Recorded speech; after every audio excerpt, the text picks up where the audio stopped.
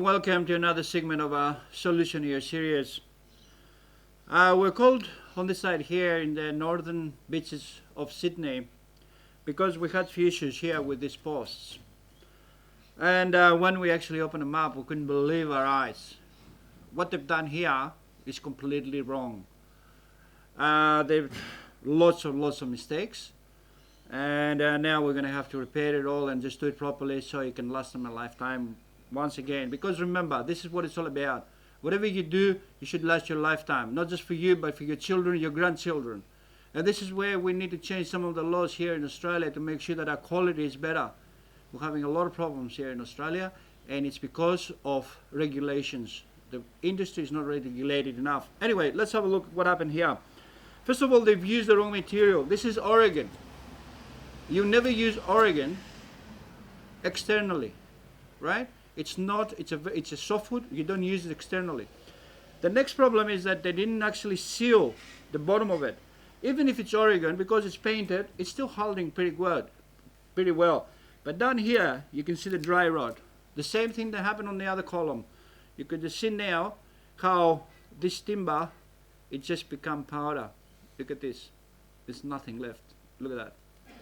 So basically, at the moment, both posts, this one here that's holding a lot of weight up here from the garage, and that post over there that's holding the veranda roof, it's just sitting on absolutely nothing. So basically now what we have to do is we have to replace the post. The thing is, the post is pretty good from here up. It's only down at the bottom because of the dry rot. Remember, dry rot, you have to make sure you just seal all your ends. This is a part of a tree, so it will attract all the moisture still. Even if it's dead, it will still attract moisture. It's got the little veins to attract, to suck all the moisture that it needs, all the nutrients that it needs as a tree. It still does it when you cut it down. And that's when it sucks the moisture, the water, and basically you start dry rot. If you seal that end, there's a lot of different products in the market.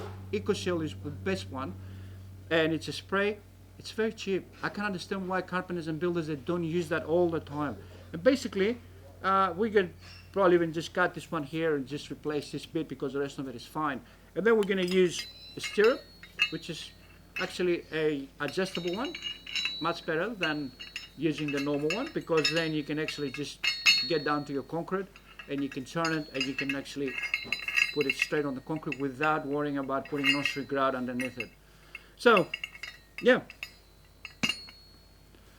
One more lesson, one more problem, and basically these poor people here, they have to pay extra money to fix something that it should have just done properly at the first time. They didn't have to pay again in about 10 years or 5 years down the track. So remember, whatever you do, make sure your tradespeople, they know what they're doing and they do things properly. If you don't know, just call another expert and make sure that get it right at the first time, always. Like I said, we need to talk to the governments and just change some of the regulations. This is terrible. We need more inspections. So, remember, dry rot, a big problem. Oregon, never for outside. And just use the stirrups the correct way. I can't believe it. I can't believe it. I can't believe it. Thank you.